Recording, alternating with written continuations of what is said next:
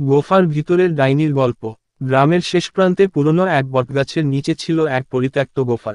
দিনের আলোয় সে জায়গাটা ছিল চুপচাপ, তবে সন্ধ্যা নামতেই কেমন এক অদ্ভুত শব্দ শোনা যেত। গ্রামের মানুষরা বলে, ওখানে নাকি ডাইনি থাকে, যে নাকি কথা বলতে বলতে পারে।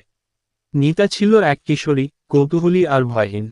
তার দাদু ছোটবেলায় একবার গোফারটার কাছে গিয়ে হারিয়ে গিয়েছিলেন। সেই থেকেই নিতার মনে প্রশ্ন। কেউ এখানটায় সত্যিই আছে নাকি? দিন সাহস করে নিতা বিকেলের দিকে গোফারটার কাছে গেল। সূর্য ডোবার আগে সে দেখতে পেল গোফার থেকে ধোঁয়ার মতো কিছু একটা বেরোচ্ছে। ধীরে ধীরে সে গোফারের ভেতরে পা রাখল। ভিতরে অন্ধকার, ঠান্ডা আর স্যাঁতস্যাঁতে। হঠাৎ এক কণ্ঠস্বর শোনা গেল। তুই কেন এসেছিস? নিতা চমকে উঠে বলল। তুমি কে? আলো ছড়িয়ে এক নারী মূর্তি দেখা দিল, চুল লম্বা, চোখ গভীর আর গলায় ঝুলছে অদ্ভুত এক পাথর। ডাইনিটা বলল। আমি ডাইনি, নাম আমার সেরিনা। আমি কারো ক্ষতি করি না, শুধু চাই কেউ আমাকে বুঝুক। নিতা ভয় পায়নি। সে ডাইনির সঙ্গে কথা বলতে লাগল।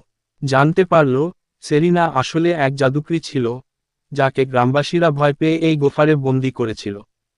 নিতা প্রতিদিন সন্ধ্যায় গোফারে যেত, সেরিনার গল্প শুনত। একদিন ডাইনিটা বলল। তুই চাইস আমি মুক্ত হই? নিতা মাথা নাড়ল। সেরিনা বলল। তাহলে তোর সত্যি সাহস আছে? সেরিনা এক পাথর দিল, আর বলল।